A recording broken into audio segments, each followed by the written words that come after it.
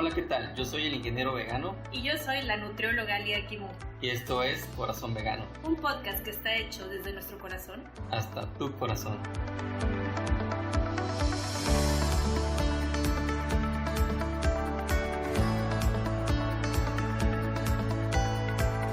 Hola a todos y a todas. Gracias por acompañarme a un episodio más del podcast Corazón Vegano. ¿Qué tal la siguen pasando durante esta cuarentena?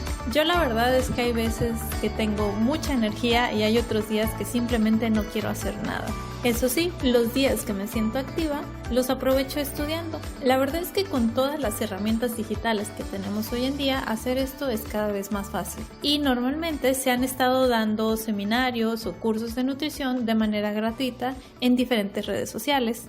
En uno de ellos se tocó el tema del amaranto. La historia me pareció bastante interesante, así es que el día de hoy quise compartirla aquí en el podcast. Quizás todos y todas conozcamos el dulce de amaranto llamado alegría, ¿pero han visto alguna vez cómo es una planta de amaranto? Se las describo. La planta de amaranto está llena de flores color violeta y rojiza. Estas crecen de manera alargada. La palabra amaranto viene del griego y significa planta que no se marchita. Y esto es porque después de ser cortadas aún duran mucho tiempo y persiste parte del color, razón por la cual era utilizada antiguamente para adornar las tumbas y simbolizaban la inmortalidad. Entonces, por ser roja, también estaba asociada con el sol. El amaranto era utilizado para la realización de transacciones y lo consideraban sagrado porque resistía bastante a las sequías. También se le conocía como un alimento que proporcionaba vigor. Era consumido por los guerreros para incrementar su fuerza. Entonces, imagínense que en aquellos tiempos era tan importante para los pueblos prehispánicos que incluso pugnaba en importancia con el maíz y el frijol. Este amaranto era consumido tanto en forma vegetal, pero también como cereal. La producción de los granos estuvo en su máximo apogeo durante diversos periodos, entre ellos maya, azteca en Centroamérica. Por ejemplo, los mayas quizás fueron de los primeros en usar el amaranto. Ellos lo usaban como un cultivo de alto rendimiento, apreciado especialmente por su gran valor alimenticio. Los aztecas, por su parte, lo ligaban bastante con sus ritos religiosos, y los incas lo respetaban principalmente por sus poderes curativos. En cuestión a la cocina prehispánica, se preparaban tamales y tortillas de maíz a los cuales se les solía añadir amaranto tostado. Al momento de preparar estos tamales con amaranto, les añadían también alguna especie de quelite y esta comida se ofrendaba en las sepulturas de los muertos y se ofrecía al dios del fuego durante el mes del Izcalli. Entonces, como pueden ver, el amaranto tenía una participación muy amplia en esta era prehispánica. Pero viene la parte más interesante de la historia, una parte que describe el uso ritual de esta planta. Bien, pues durante las festividades religiosas, las mujeres aztecas solían tomar las semillas del amaranto, las mezclaban con melaza y con la sangre de la víctima de algún sacrificio y con esto formaban una pasta que ellos llamaban tzuali, con la que se formaban estatuas de dioses. Tomaban esta pastita, iban formando figuras, por ejemplo, ya fuera a Tezcatlipoca, dios de la providencia, o podían hacer una figura de Quetzalcóatl, dios de la vida, la luz, la fertilidad, o de Tlaloc, dios de la lluvia, entre muchos otros. Lo que ellas buscaban era personificar para así sacralizar su carne y después consumirla con gran reverencia. Todo esto se hacía por medio del amaranto. De hecho, si lo pensamos, es algo que se parece bastante a lo que se hace hoy en día con la Eucaristía católica, que por si no lo saben, Eucaristía es el nombre que se da en el catolicismo, aquel sacramento que consiste en lo que es la comunión de los fieles con Jesucristo. Es cuando se dice que van a tomar el cuerpo y su sangre, que vienen a ser representados por el pan y vino, que son consagrados para este efecto.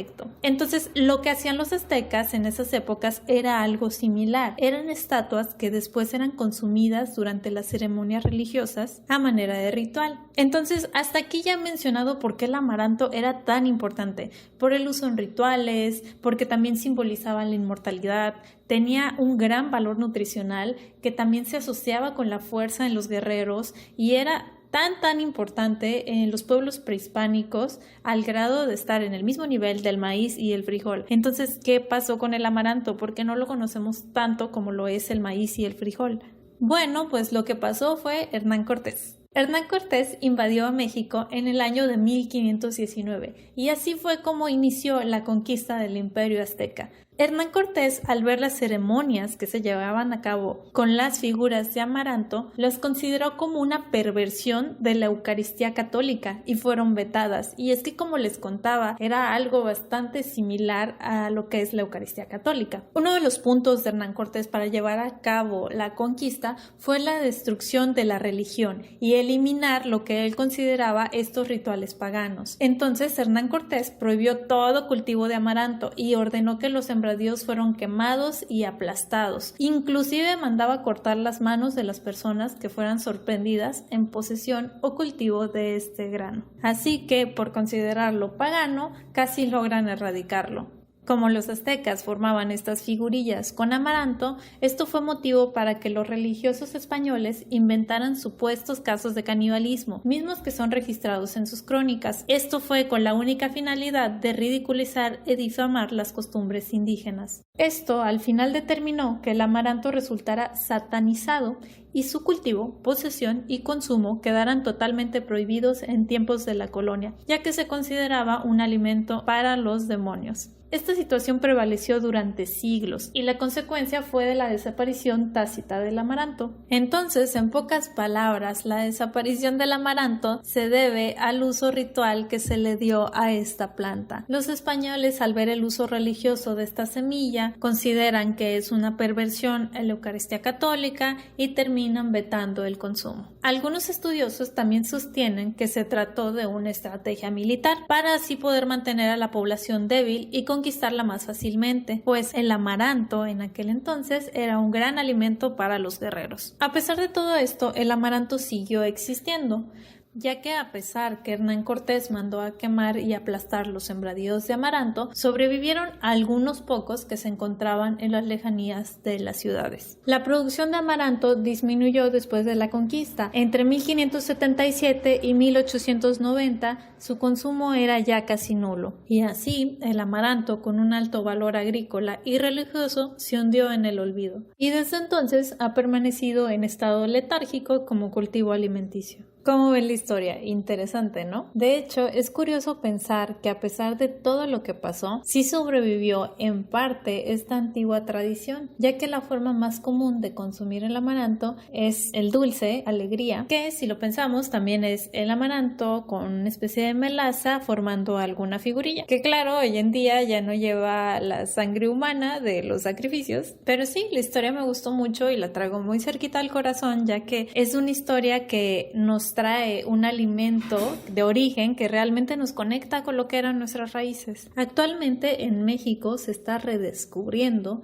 y se está admirando de su gran valor nutricional. Inclusive ha sido fomentado como una alternativa contra el hambre. Cuando yo hice mi servicio social en lo que en aquel entonces era el Seguro Popular, se utilizaba mucho la harina de amaranto para personas que padecían de desnutrición. Y es que el amaranto tiene un gran valor nutricional. Es rico en lisina, es fuente de fibra y es una proteína completa, ya que cumple con todos los aminoácidos esenciales. Cuando yo inicié en el veganismo, me pasó quizás lo que le pasa a mucha gente que aún no lo comprende, que yo pensé, ¿qué variedad tengo de comer? Solo son frutas y verduras, porque claro, es lo primero que se nos viene a la cabeza. Después me enamoré completamente de ver que había una amplia gama de alimentos que yo no conocía. Y es que, por ejemplo, a mí antes solamente se me hubiera ocurrido el amaranto inflado, ponerlo en fruta y listo, esa era la única utilización del amaranto. Pero acá veo gente que es vegana y que tiene preparaciones culinarias que son realmente muy buenas. Por ejemplo, acá hay un negocio llamado Ta Consciente que hacen unos tacos al vapor de picadillo de amaranto que queda buenísimo. También he probado con